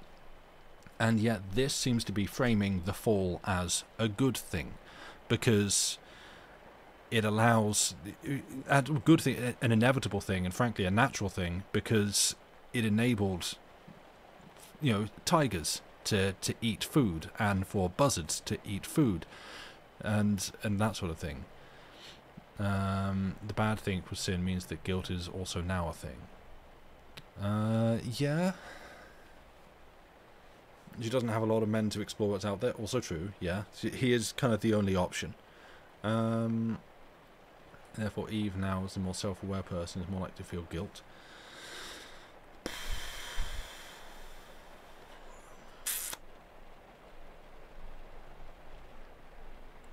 Yeah, I guess. Adam's all well, wasn't me. Yeah, I don't know. Like, it's... This is the thing. It's... I don't... I don't know how to read this, says guy who just read story. I truly do not know how to approach a reading of this and an understanding of this in terms of what possible message it might be giving out. In this story, at least, she claims it was him doing it. Yeah, that's an odd one. It's like, oh no, it was a chestnut, but not... did you think of a bad joke? Yeah, it's your fault. You genuinely read it as a commentary from Twain, just on how he's portrayed them both before. Yeah, I don't know. Like, this is the thing is, I don't know. Like, certainly here live on a stream with, frankly, a very limited understanding of Mark Twain or the era in which he was writing, I truly do not know how to interpret this. Like, I shall interpret these works, but how to take this, whether it is to be read straight or satirical, or like, because these are frankly complex things. It doesn't smack to you of man writes woman, not nearly as much as a lot of male authors we've read. No, absolutely. I feel like from everything that comes before, certainly everything that comes before that, it very much feels like, yeah, Eve is her own person and actually, you know, has a lot of agency, and is, you know, clearly the better of the two. She could settle for friendship if she wishes for company. The unconditional devotion shift is definitely an abrupt one. Yeah, I think that's... Yeah. I don't know, yeah. I'm just going to skim back through actually for other bits. I love the... where she's talking about, like, the stars and, like, the stars melting and falling out of the sky. The bit as well, that, you know, by watching I know that the stars are not going to last. I have seen some of the best ones melt and run down the sky. Since one can melt, they can all melt. Since they can all melt the same night. That sorrow will come, I know it. I mean to sit up every night and look at them as long as I can keep awake, and I will impress those sparkling fields on my memory, so that by and by, when they are taken away, I can by my fancy restore those lovely myriads to the black sky, and make them sparkle again, and double them by the blow of my tears. That, I don't know about you, listeners, readers, viewers, that end there, that hits me. I don't know, that,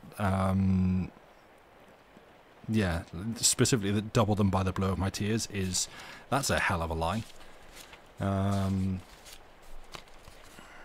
You think this Twain guy can write? Yeah, I don't know, we should probably give him a career. Dude's got some words.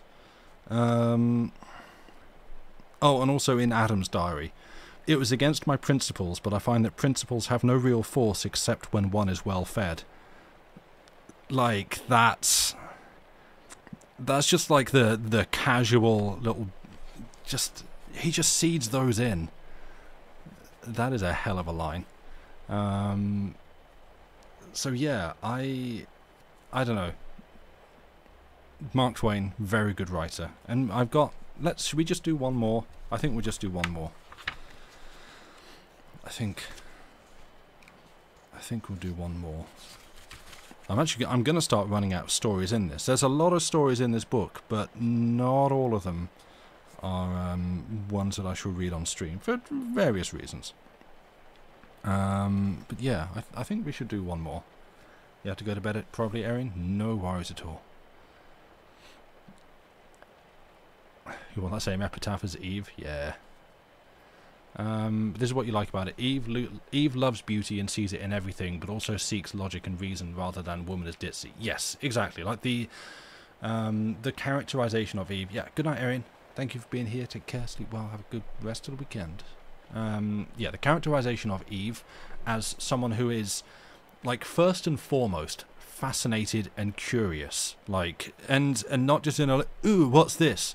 But smart about it. And, like, yeah, she's excited, she's interesting, and she seeks beauty and finds beauty everywhere, not just in the typically beautiful, but looks for the beauty in everything. And like that's something that both Adam points out about her and that she does about herself. Like, I think that is a very good characterization.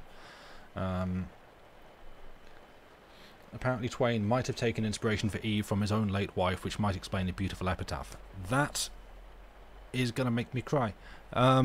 Yeah, again, this is where I feel like knowing a bit more about him, his life, his wife, and their relationship, that feels a little bit more that, you know, it's basically the two of them, and he's kind of writing himself as a little bit of the perhaps reclusive, slightly bumbling fool, and oof, okay, yeah. Alright. Hey, who needs another break? No, fine. Yeah, that's really lovely. Damn, okay. Well, should we read a funny one now instead? Which one am I reading? Oh, yes. If it's the one you're guessing, you want to put something in chat. Okay, I will. It's Is He Living or Is He Dead? It is this one. I won't put the full title in because, yeah. The book may have been written as a posthumous love letter to Mark Twain's wife, Olivia Langdon Clemens, or Livy, who died in June 1904, just before the story was written. Mark Twain is quoted as saying, "Eve's diary is finished. I've been waiting for her to speak, but she doesn't say anything more." The story ends with Adam lamenting Eve's grave. Wheresoever she was, there was Eden. Oof. Alright.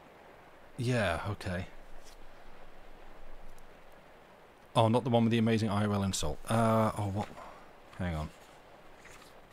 Oh, this is a very short one. Maybe we might do two. I don't know. Which was the one that I was saying that was? Oh, no, the... damn it, I have lost the plot. The Cecil Rhodes' Shark. Yeah, I'm still not sure about doing that one. Maybe. I don't know. Well, I'll do this one and we'll see how we're doing for time, because I may finish early tonight anyway. This next one, though, this is called Is He Living or Is He Dead? Yes, sorry, Cecil Rhodes' Shark, which I haven't looked up a text for, but yes, that's the other one that I was thinking of doing, but so far I'm not planning to. Maybe another week. Is he living, or is he dead? I was spending the month of March 1892 at Mentone in the Riviera. At this retired spot one has all the advantages, privately, which are to be had at Monte Carlo and Nice, a few miles farther along, publicly. That is to say, one has the flooding sunshine, the balmy air, and the brilliant blue sea, without the marring additions of human powwow and fuss and feathers and display. Mentone is quiet, simple, restful, unpretentious. The rich and the gaudy do not come there. As a rule, I mean the rich do not come there. Now when a rich man comes, and I presently got now and then a rich man comes, and I presently got acquainted with one of these. Partially to disguise him, I will call him Smith. One day, at the Hôtel des Anglais, at the second breakfast, he exclaimed, "Quick! Cast your eye on the man going out the door. Take in every detail of him." "Why? Do you know who he is?" "Yes, he spent several days here before you came. He is an old, retired, and very rich silk manufacturer from Lyon, they say. And I guess he is alone in the world, for he always looks sad and dreamy, and doesn't talk with anybody. His name is Théophile Magnan." I suppose that Smith would now proceed to justify the large interest which he had shown in Mr. Magnan, but instead he dropped into a brown study and was apparently lost to me and to the rest of the world during some minutes. Now and then he passed his fingers through his flossy white hair to assist his thinking, and meantime he allowed his breakfast to go on cooling. At last he said, "Nope, it's gone. I can't call it back." "Can't call what back?" "It's one of Hans Andersen's beautiful little stories, but it's gone from me. Part of it is like this. A child has a caged bird which it loves but thoughtlessly neglects. The bird pours out its song unheard and unheeded. But in time hunger and thirst assail the creature, and its song grows plaintive and feeble and finally ceases. The bird dies. The child comes and is smitten to the heart with remorse. Then, with bitter tears and lamentations, it calls its mates, and they bury the bird with elaborate pomp and the tenderest grief, without knowing, poor things, that it isn't children only who starve poets to death, and then spend enough on their funerals and monuments to have kept them alive and made them easy and comfortable. Now—" But here we were interrupted. About 10 that evening I ran across Smith, and he asked me up to his parlour to help him smoke and drink hot scotch. It was a cosy place, with its comfortable chairs, its cheerful lamps, and its friendly open fire of seasoned olive wood. To make everything perfect, there was the muffled booming of the surf outside. After the second scotch, and much lazy and contented chat, Smith said, "Now we are properly primed, I to tell a curious history, and you to listen to it, dear raiders from Longest Day, welcome in. It has been a secret for many years, a secret between me and 3 others, but I am going to break the seal now. Are you comfortable?" "Perfectly. Go on." Here follows what he told me. A long time ago, I was a young artist, a very young artist, in fact, and I wandered about the country parts of France, sketching here and sketching there, and was presently joined by a couple of darling young Frenchmen who were the same kind of thing that I was doing. We were as happy as we were poor, or as poor as we were happy. Phrase it to suit yourself. Claude Frere and Carl Boulanger. These are the names of those boys. Dear, dear fellows, and the sunniest spirits that ever laughed at poverty, and had a noble good time in all weathers. At last we ran hard aground in a Breton village, and an artist as poor as ourselves took us in and literally saved us from starving. Francois Millet. "What? The great Francois Millet?" "Great? He wasn't any greater than we were then. He hadn't any fame, even in his own village, and he was so poor that he hadn't anything to feed us on but turnips, and even the turnips failed us sometimes. We 4 became fast friends. Doting friends, inseparables. We painted away together with all our might, piling up stock, but very seldom getting rid of any of it. We had lovely times together, but, oh my soul, how we were pinched now and then. For a little over 2 years this went on. At last, one day, Claude said, "Boys, we've come to the end. Do you understand that? Absolutely to the end. Everybody has struck. There's a league formed against us. I've been all around the village, and it's just as I tell you. They refuse to credit us for another centime until all the odds and ends are paid up." This struck us cold. Every face was blank with dismay. We realized that our circumstances were desperate now. There was a long silence. Finally, Millet said with a sigh, "Nothing occurs to me. Nothing. Suggest something, lads." There was no response, unless a mournful silence may be called a response. Carl got up and walked nervously up and down a while, then said, "It's a shame. Look at these canvases, stacks and stacks, of as good pictures as anybody in Europe paints. I don't care who he is. Yes, and plenty of lounging strangers have said the same, or nearly that anyway." "But didn't buy," Millet said. "No matter, they said it, and it's true, too. Look at your Angelus there. Will anybody tell me—" "Ah, Carl, my Angelus! I was offered 5 francs for it." "When? Who offered it? Where is he? Why didn't you take it?" "Come, don't all speak at once. I thought he would give more. I was sure of it. He looked it, so I asked him 8. "Well, and then?" "He said he would call again."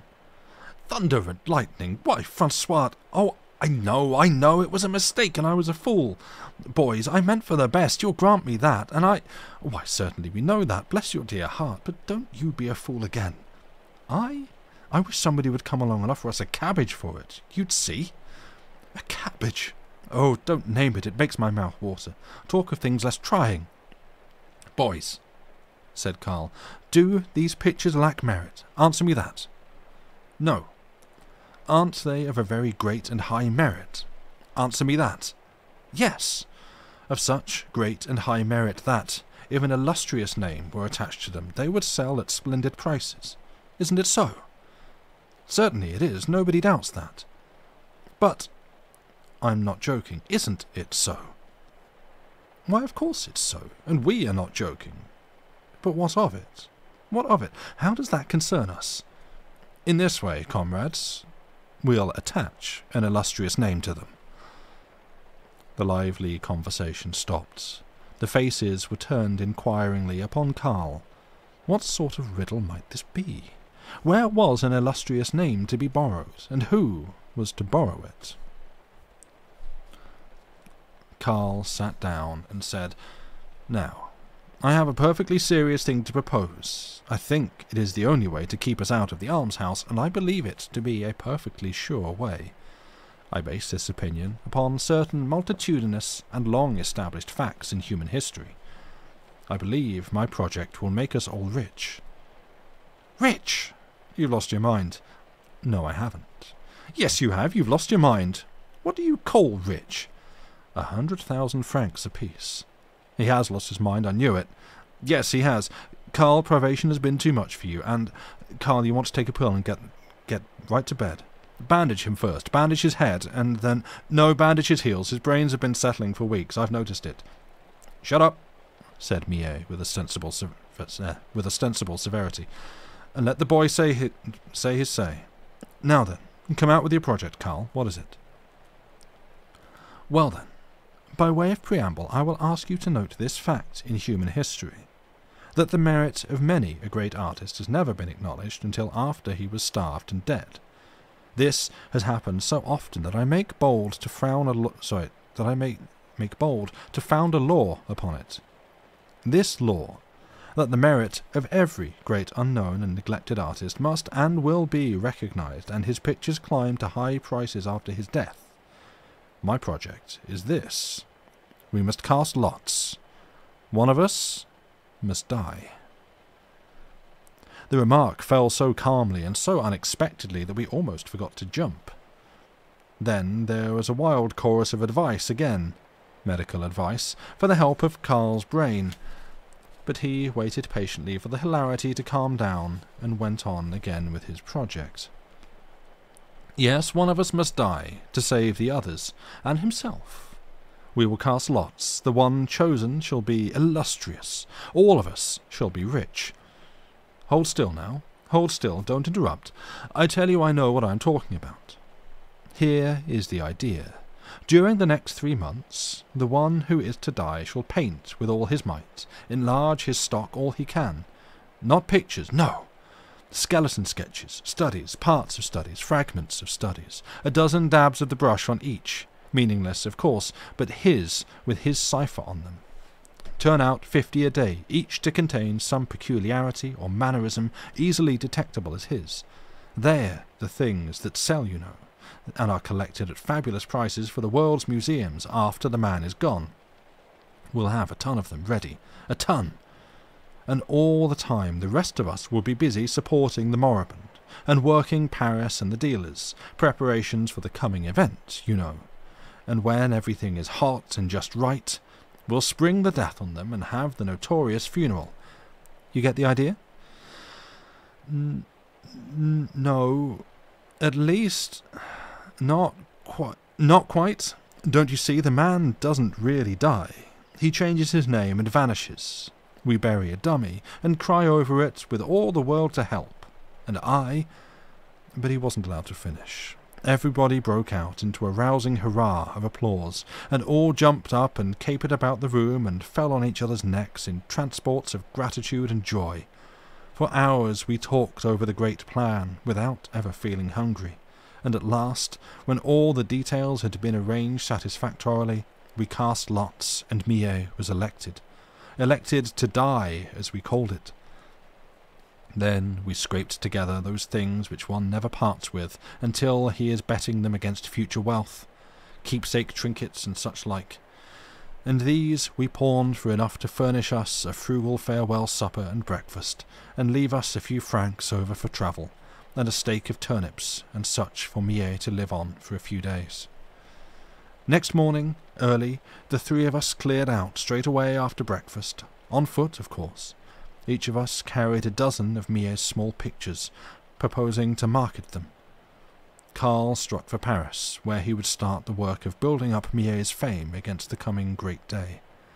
Claude and I were separate and scatter abroad over France.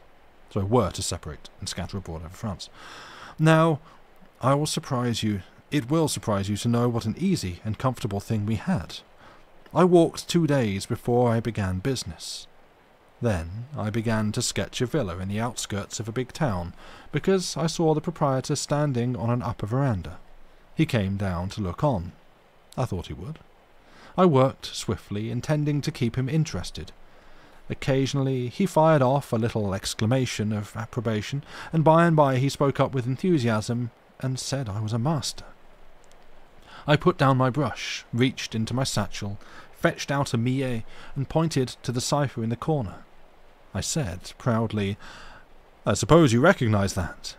"Well, he taught me. I should think I ought to know my trade." The man looked guiltily embarrassed and was silent. I said sorrowfully, "You don't mean to intimate that you don't know the cipher of François Millet?" Of course he didn't know that cipher, but he was the gratefullest man you ever saw, just the same, for being let out of an uncomfortable place on such easy terms. He said, "No. Why, it is Millet's, sure enough. I don't know what I could have been thinking of. Of course I recognize it now." Next he wanted to buy it, but I said that although I wasn't rich, I wasn't that poor. However, at last I let him have it for 800 francs. 800? Yes, Millet would have sold it for a pork chop. Yes, I got 800 francs for that little thing. I wish I could get it back for 80,000. But that time's gone by. I made a very nice picture of that man's house, and I wanted to offer it to him for 10 francs, but he wouldn't answer, seeing I was the pupil of such a master. So I sold it to him for 100. I sent the 800 francs straight back to Millet from that town and struck out again next day. But I didn't walk. No, I rode. I have ridden ever since. I sold 1 picture every day and never tried to sell 2. I always said to my customer, "I am a fool to sell a picture of François Millet's at all, for that man is not going to live 3 months, and when he dies his pictures can't be had for love or money." I took care to spread that little fact as far as I could, and prepare the world for the event. I take credit to myself for our plan of selling the pictures. It was mine. I suggested it that last evening when we were laying out our campaign, and all 3 of us agreed to give it a good fair trial before giving it up for some other. It succeeded, with all of us. I walked only 2 days. Claude walked 2, both of us afraid to make Millet celebrated too close to home. But Karl walked only half a day, the bright, conscienceless rascal, and after that he travelled like a duke. Every now and then we got in with a country editor and started an item around through the press. Not an item announcing that a new painter had been discovered, but an item which let on that everybody knew François Millet. Not an item praising him in any way, but merely a word concerning the present condition of the master. Sometimes hopeful, sometimes despondent, but always tinged with fears for the worst. We always marked these paragraphs and sent the papers to all the people who had brought pictures of us. Karl was soon in Paris, and he worked things with a high hand. He made friends with the correspondents, and got Millet's condition reported to England, and all over the continent, and America, and everywhere. At the end of 6 weeks from the start, we 3 met in Paris and called a halt, and stopped sending back to Millet for additional pictures. The boom was so high and everything so ripe that we saw it would be a mistake not to strike now, right away, without waiting any longer. So we wrote Millet to go to bed and begin to waste away pretty fast, for we should like him to die in 10 days if he could get ready. Then we figured up and found that among us we had sold 85 small pictures and studies and had excuse me, and had 69,000 francs to show for it. Karl had made the last sale, and the most brilliant one of all. He had sold the Angelus for 2,200 francs. How we did glorify him! Not foreseeing that a day was coming by and when France would struggle to own it, and a stranger would capture it for 550,000 cash. We had a wind-up champagne supper that night, and next day Claude and I packed up and went off to nurse Millet through his last days and keep busybodies out of the house and send daily bulletins to Karl in Paris for publication in the papers of several continents for the information of a waiting world. The sad end came at last, and Karl was there in time to help in the final mournful rites. You remember that great funeral, and what a stir it made all over the globe, and how the illustrious of two worlds came to attend it and testify their sorrow. We four, still inseparable, carried the coffin and would allow none to help, and we were right about that, because it hadn't anything in it but a wax figure, and any other coffin-bearers would have found fault with the weight. Yes, we same old four, who had lovingly shared privation together in the old hard times now gone forever, carried the Which four? We four. For Millet helped to carry his own coffin. In disguise, you know, disguised as a relative. Distant relative. Astonishing. But true, just the same. Well, you remember how the pictures went up. Money? We didn't know what to do with it. There's a man in Paris today who owns 70 Millet pictures. He paid us 2 million francs for them.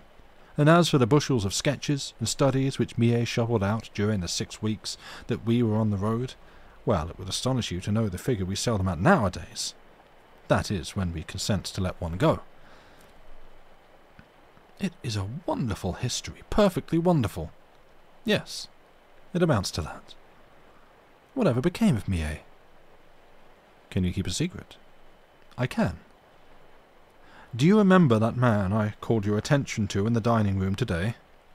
That was Francois Millet. Great! Scott? Yes. For once they didn't starve a genius to death, and then put into other pockets the rewards he should have had himself. This songbird was not allowed to pipe out its heart unheard, and then be paid with the cold pomp of a big funeral. We looked out for that. The end. And thank you for listening. I like that one. I mean, I like them all, frankly. I don't know that I'm going to get to the end of a story and go, that's alright, kind of sucked. Yeah, I appreciate it. It's, you know, especially, hey, perhaps, possibly in an era that, I mean, what era hasn't undervalued art, I guess, but, you know, especially nowadays when, in modern times, when the people with all the money are looking to find new, further ways to undercut the people that make it for them. I'm not even going to call it AI art, just autocomplete that we think will do the job of a screenwriter or an author. We have just crap art. Also plagiarism. Yeah, it's just, and the whole, oh, well, actually, it would be impossible for us to do this if we don't, like, use copyrighted work. So what you're saying is it's illegal for you to do this thing. Like, you can't do it without breaking the law. Yes. How does that apply to other people? If I say can't eat without stealing food, do I get a free pass? I don't think I do. I think I go to prison for that. So, yeah, I don't know. I'm fine to have a story about artists getting one back over on the society. Mark Twain, what did he know about writing a short story? Well, Amos, let me tell you. But yes, welcome in, Dave Raiders. I hope that the Stardews were successful, and you had a good time, and you found ways to get more people onto the farm, because I understand. I mean, I was there at the start. I saw there was a bit of a rush, and not everyone was able to get a home. I hope you got that sorted out. You love the fact that it's starting to eat its own tail, and the only AI models that will survive will be the opt-in ones. Like, it's... You dude all of the stars? Nice. Nice one. Congratulations. Yeah, it is kind of funny to watch it just come out of nowhere and just dissolve and crumble, and it's so bad. It's like, it's not even funny. Like, there have been some genuinely funny things from people who actually work with neural nets, showing the kind of output material that they do, and it's like, it's authentic, and there is something funny there. And it doesn't have to be funny, but there is something like, like the authenticity is important.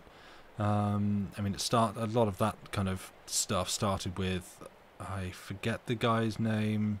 I try to remember it because I'm really not a fan of his work, but the one who did the whole, like, I forced an AI to watch 1,000 Star Trek scripts, and then I made it output a Star Trek script. And it's not, it's just him just writing word salad nonsense where he just, like, literally just makes up stuff and types it down and says an AI wrote this and makes a load of money off it. It annoys me.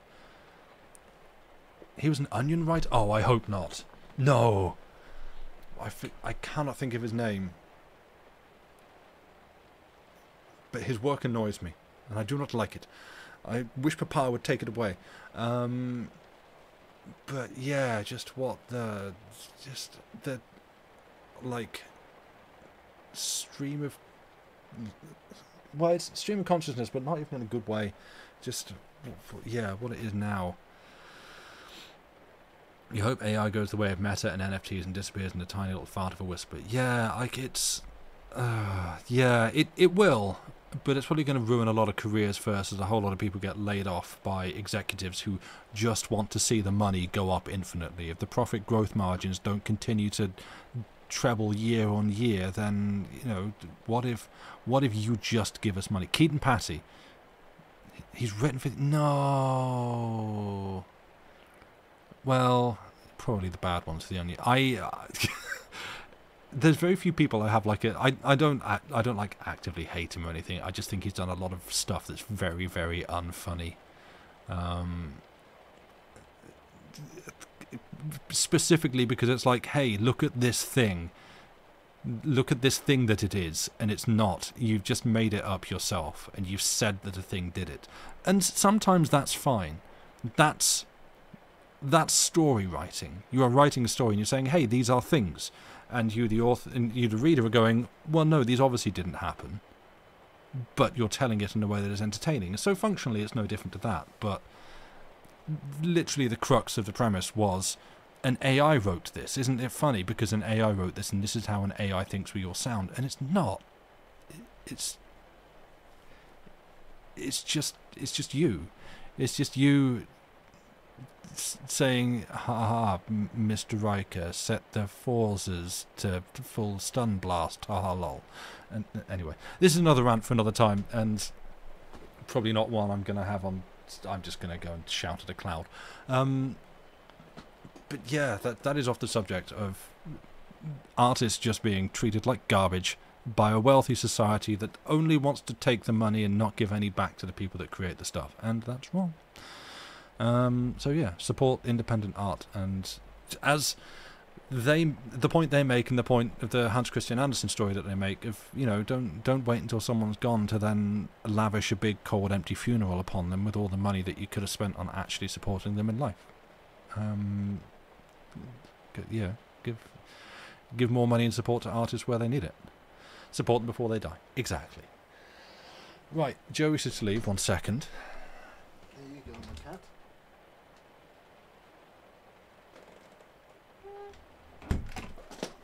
And I am going to see if my intended... He is going... Yay, I was going to send you over to Serge. Because... Oh, is he... This shouldn't come through on stream.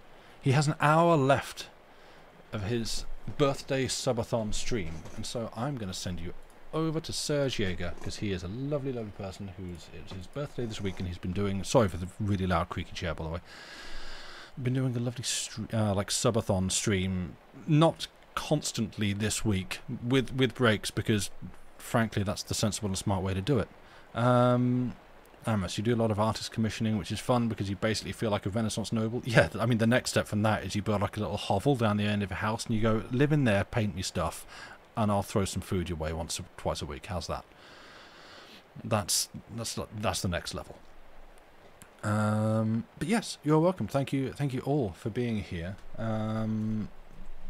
I am assuming that Lucy will be back on Wednesday for more Pride and Prejudice. Rich people used to keep hermits for the ascetic. Yeah, you're not above being kept being a kept hermit. I mean, same. Frankly, I'd give it a shot. Basically, am. Yeah, thank you everyone for being here from the start. Came in with the raid, stopped in on a whim, you know, or if you're watching and listening on YouTube, if you're doing that, hey, joke as a sub, we'd love to have you stick around and watch more. But yes, thank you all for being here. You've been a wonderful, lovely audience. Go and be wonderful, lovely people in Serge's chat. I think you all know this already, but he is family friendly, so please do not swear in Serge's chat. The mods will explain this to you. But yeah, lovely guy, works a loading ready run, has been stuck in the wilds of Alberta for a long time, but finally managed to move back home after a house moving snafu. Snafu the killer whale. Rest in peace.